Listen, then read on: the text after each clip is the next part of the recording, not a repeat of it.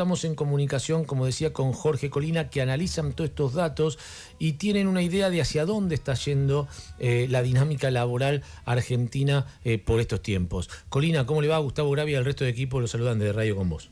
¿Qué tal? Buen día, ¿cómo están? Bien, bien. Quería saber cuál era el análisis que ustedes hacían de por qué, aún con la pérdida de trabajo en el sector privado formal, en el sector público, no había subido, como no sé, subió por ejemplo en los 90, la tasa de desocupación y cómo se estaba reformulando la calidad y la cantidad de trabajo del empleo argentino. Bueno, Argentina hace más de 10 años, desde el año 2012, que la economía no crece. Eso significa que entonces no va a haber crecimiento neto de empleos asalariados en las empresas. Si las empresas no venden más, no van a tomar más gente. Lo que se estuvo observando entonces es al principio un incipiente crecimiento de lo que es el cuentapropismo, o sea, la gente que hace algo para subsistir, digamos. Y en los últimos tiempos, particularmente el año pasado, lo que se observó es que ya creció el cuentapropismo informal, es decir, ni siquiera el cuentapropismo registrado en el monotributo. Hasta el 2024 crecía el cuentapropismo, pero lo hacía más o menos de la mano del crecimiento del monotributo, alguien que se inscribe en el monotributo y paga, y otro que bueno va directamente en negro. Pero ya en el último año hemos visto que el único empleo que crece es el cuentapropismo informal, o sea, no registrado en el monotributo. Colina, yo la verdad que no recuerdo si sacaron el monotributo social o si sigue estando vigente. Y en ese caso, si siguiera estando vigente, la verdad que no recuerdo el cambio de escala que hizo el gobierno de Milei, ¿por qué ni siquiera se anotan ahí? Lo que pasa, no se sacó el monotributo social, pero sí se hizo mucho más restrictiva la incorporación allí. De todas formas, el monotributo social es informalidad, porque en definitiva es un monotributo en donde el Estado paga la cuota, con lo cual, no habría que engañarse, y el monotributo social es informalidad. No, está bien. Yo entiendo que el monotributo social es una formalidad que recubre de la informalidad, pero en definitiva, quien está anotado ahí, por lo pronto está registrado de alguna manera. Sí, y eso se volvió más restrictivo y por eso disminuyó. Con lo cual, muchos monotributistas que antes eran social y que dejaron de serlo por las condiciones más estrictas que puso el gobierno, esos pasaron a la informalidad. ¿Y tiene registrado en qué áreas ha crecido sobre todo ese trabajo no registrado y de cuentapropismo informal, que es el que daría la sensación está tomando el trabajo que no se crea formalmente?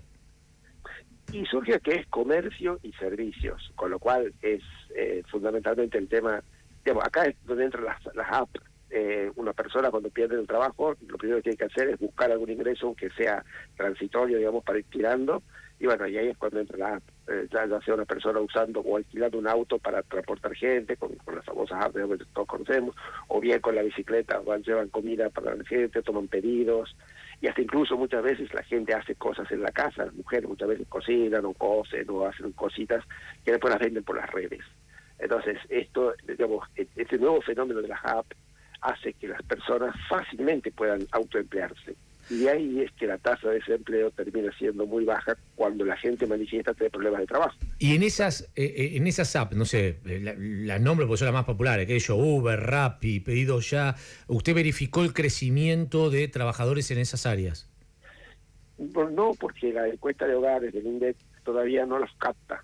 Es decir, el INDEC está empezando a trabajar a ver cómo hacer para captar esto, porque además el tema de las apps, la gente no es que trabaja solo con la app, muchas veces tiene un pequeño trabajo y la app sirve para complementar ingresos. Entonces, lo que habría que empezar a mirar es quiénes son aquellos que trabajan como ocupación principal usando la app, teniendo en consideración de que mucha gente tiene una ocupación principal diferente, pero usa la app para complementar ingresos. Jorge, Esteban Rafael soy, ¿cómo le va? Teniendo en cuenta que la gran cantidad de empleos que se están creando son informales y que son cuentapropistas, ¿la reforma laboral que se está discutiendo cambiaría en algo esta situación? Es cuestionable. La reforma laboral está muy pensada para las grandes empresas. es más que nada tratar de aclarar cuestiones difusas que tiene la legislación laboral y que la justicia laboral la aplica muchas veces con criterios muy diferentes dependiendo del juez. Lo que la reforma laboral busca es decir, bueno, la interpretación va a ser esta única. Con lo cual eso digamos, ayuda mucho al tema de las empresas medianas y grandes, que son las que tienen los problemas con los juicios y los conflictos. Ahora, cuando uno va a decir, bueno, pero la verdad es que los informales tienen bajas chances de entrar a una gran empresa, porque las grandes empresas emplean gente que es altamente calificada, con gran experiencia, son muy selectivas. El informal de hoy va a tener una oportunidad de un empleo asalariado en micropymes, empresas con menos de 10 trabajadores. Y ahí es donde la reforma laboral es como que es un poco insuficiente, no pensó en las micropymes. Entonces, cuando salga, eso puede beneficiar a las empresas medianas y grandes, pero no a las micropymes. Y al no beneficiarlas, no tiene muchas chances de generar una disminución de la informalidad. Y si la ley laboral o la reforma laboral está pensada para las grandes empresas, de alguna manera limpiándoles la interpretación vinculada a lo que tiene que ver con despidos, ¿no podría después terminar aumentando ese ejército de cuentapropistas informales, digamos? El ejército de cuentapropistas, tanto informales o monotributistas, se alimenta con el hecho de que siempre hay gente entrando al mercado de trabajo que no encuentra un empleo asalariado. Entonces no le queda otra que autoemplearse, generar algo para generar un ingreso, y ahí es donde se constituye el cuentapropista. Entonces, el cuentapropista informal es una persona con bajo nivel de educación, sin experiencia laboral, que no entra en los parámetros selectivos de las empresas medianas y grandes.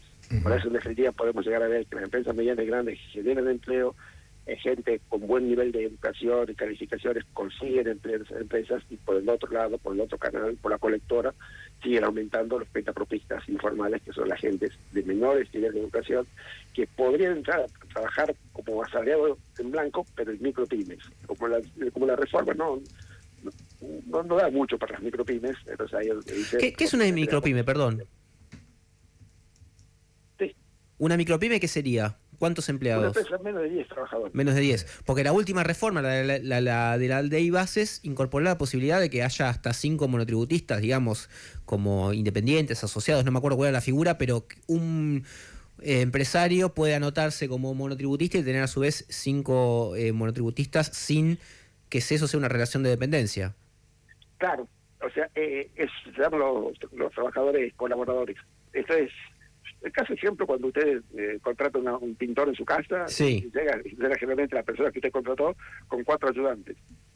En el caso del hogar no hay mucho problema de que eso se constituya en relación de dependencia, porque es claro de que usted lo contrató para pintar solamente. Ahora, entonces, las empresas contratan estas cuadrillas para pintar una cosa, pintar otra cosa, arreglar otra cosa, y ahí termina muchas veces generando problemas de decir, bueno, eso es la relación de dependencia. Lo que hizo la ley de base diciendo, bueno, esa propia que está haciendo servicios adicionales, digamos, colaterales a la empresa, no es relación de dependencia. Si uno ve lo que ocurrió con el monotributo desde que se sancionó la ley bases hasta hoy, que básicamente no siguió aumentando, uno infiere que no tuvo mucho efecto esto. Digamos, el cuentapropismo informal sigue siendo informal y hay más informales. Es el mejor ejemplo de cómo la ley, cuando piensa en la gran empresa, no necesariamente genera empleo formal. Ahí lo que dice es aclarar que para las empresas medianas y grandes, que cuando hay una cuadrilla dando un servicio que no tiene que ver con la actividad principal de la empresa, eso no es relación de dependencia. Entonces, lo que podemos llegar a haber visto es que no hay más juicios por ese motivo, pero no es que más gente se va a anotar el monotributo. Es lo que usted dijo bien, no aumentó el monotributo, lo que está aumentando es el cuentapropismo no registrado el monotributo, que es el informal. ¿Sabe qué, Colina? Yo es como que veo, que usted tiene una visión diferente, pero como un círculo vicioso que hoy permite que la desocupación no crezca, pero que se va creando como un embudo que en algún momento es una olla a presión que va a estallar. ¿Qué quiero decir con esto?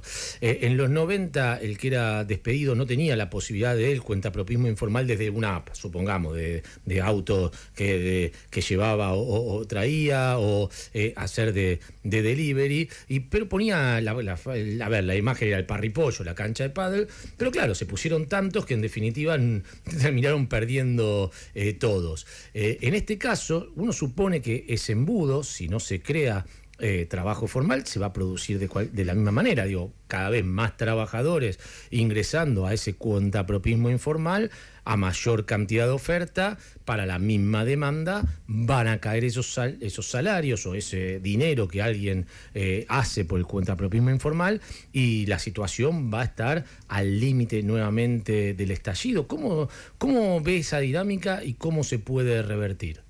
La veo como usted la acaba de describir, y el embudo se va a manifestar con la caída de precios en los servicios de las apps. Es decir, cada vez sale más barato conseguir un auto porque nos lleve. Puede llegar a salir más barato que un taxi ahora un auto, y es porque hay un exceso de oferta. Y lo mismo con el tema de, bueno, el pedido ya, y cobran muy poquito para tener la pizza, y bueno, porque hay un exceso de oferta. Entonces, a medida que se vaya alimentando cada vez más el tema de la app, la gente va a sentir que paga menos por el servicio, pero los que trabajan por la app van a tener que trabajar más horas para poder completar un ingreso más o menos que le alcance. Claro, lo que pasa es que uno no ve un horizonte distinto, ¿no? Esto es lo que a uno le preocupa. Uno no ve un horizonte distinto, y el problema es que el proyecto de reforma laboral no parece que vaya a cambiar ese horizonte distinto. Claro, para que haya un horizonte distinto, la economía tendría que empezar a crecer y las empresas a tomar gente. El proyecto de reforma laboral creo que va a ayudar a que las grandes empresas y las medianas tomen más gente, pero hay gente más calificada, no son los que están cayendo en el embudo.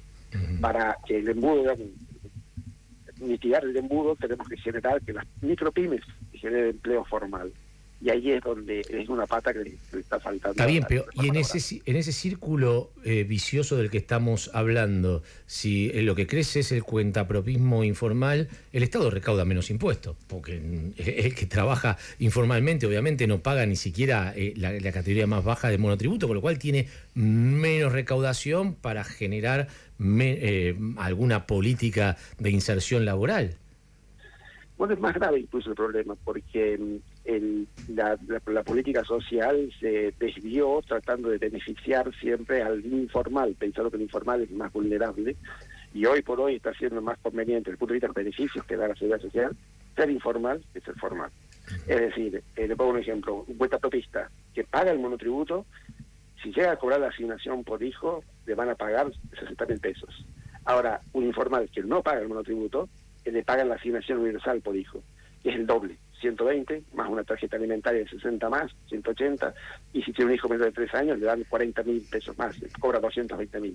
Entonces, un monotributista cobra 60.000 de asignación familiar, y un cuentapropista informal cobra 220. Entonces, está todo muy distorsionado. Bien. Colina, muchas gracias por hablar con nosotros e ilustrarnos un poco sobre la dinámica laboral que ha traído los cambios económicos que plantea este gobierno. Mandamos un abrazo grande de Radio Con Vos. A ustedes, muchas gracias.